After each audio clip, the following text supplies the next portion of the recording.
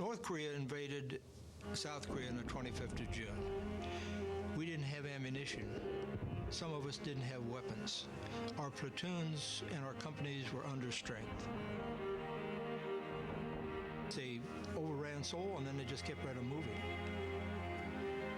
And when we landed in August of 1950, South Korea was almost gone.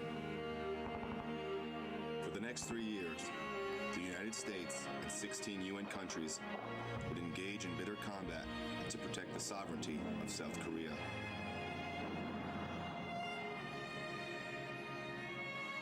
More than 36,000 Americans gave their lives to preserve the freedom of the South Korean people. Freedom has a price. It's not free. You have to fight for this freedom. And when I look and see what the South Korean people are enjoying today, I guess I'm glad I was part of that. I was in the heart of Seoul in a hotel, and one night I walked out and I'm looking around. I said, my God, I think I'm in New York. All the lights, all this, the countryside, and it was just beautiful. I mean, and I felt so proud and honored, and I stuck my chest way out and said, I was part of this. I saved this country. Am I regretful or bitter because I went to war and lost all of my limbs and got a body full of shrapnel? No, I'm happy that I was able to participate in something that was as important as the Korean War. This year we commemorate the 60th anniversary of the beginning of the Korean War.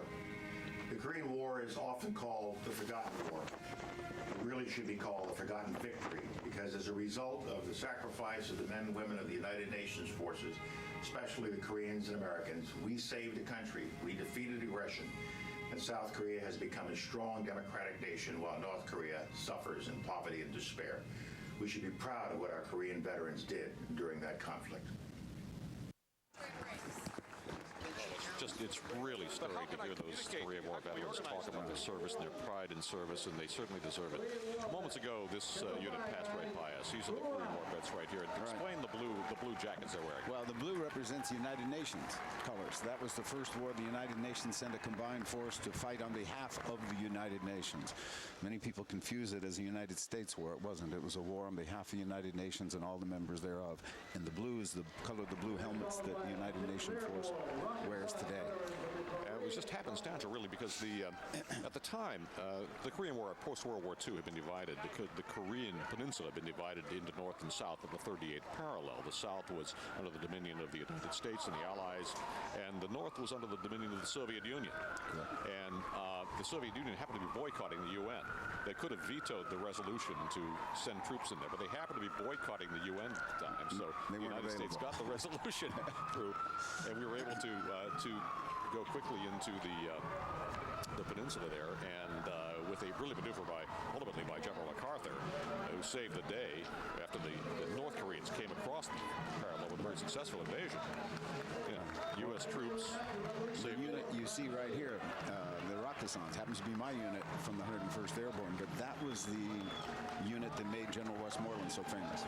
He jumped into Incheon with the Rakisans, and they're one of the highest decorated units in the entire United States Army, and they found their first fame in Korea. What's the origin of the name?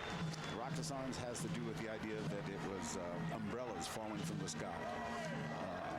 They were an airborne unit, famous for it, and really have a tremendous battle stringer collection that very few other units in the United States military share.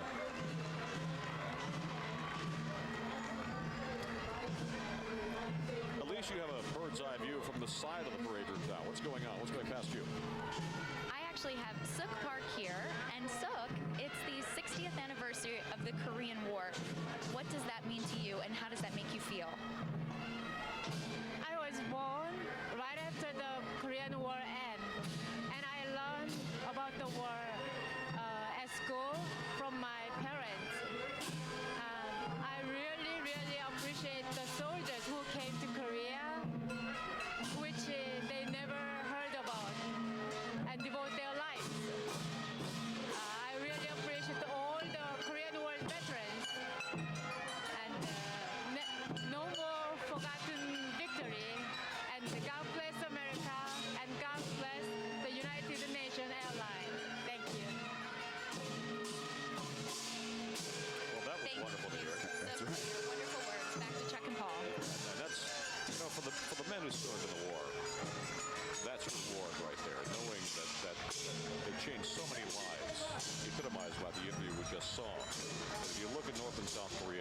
North Korea completely oppressed, dark at night.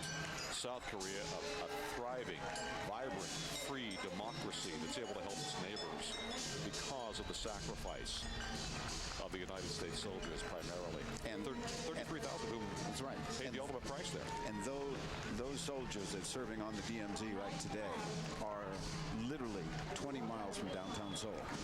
Most people don't realize how close the North is to the South and that it is so vulnerable. And the courage of the Korean people to go about building this nation literally in the shadow of the threat from the North is tremendous. And maybe one day, and they all pray for it, they'll come together and be a united country again. Well, it's astonishing that that threat hasn't abated in 60 years. And they were also one of our major allies in the Vietnam War. The Korean military was there along with the Australians. So there's a great bond between the Korean military and the American military. Thank you so much. And they are a proud group. Look at them.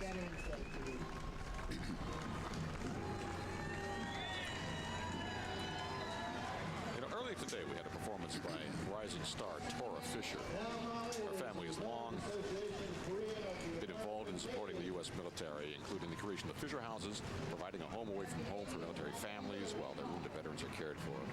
And Tora is donating 100% of the proceeds from the download of her song "Man of Steel" to the Fisher Foundation. It's available on her iTunes right now if you look that up. And here is Tora Fisher, "Man of Steel." He sits and daydreams.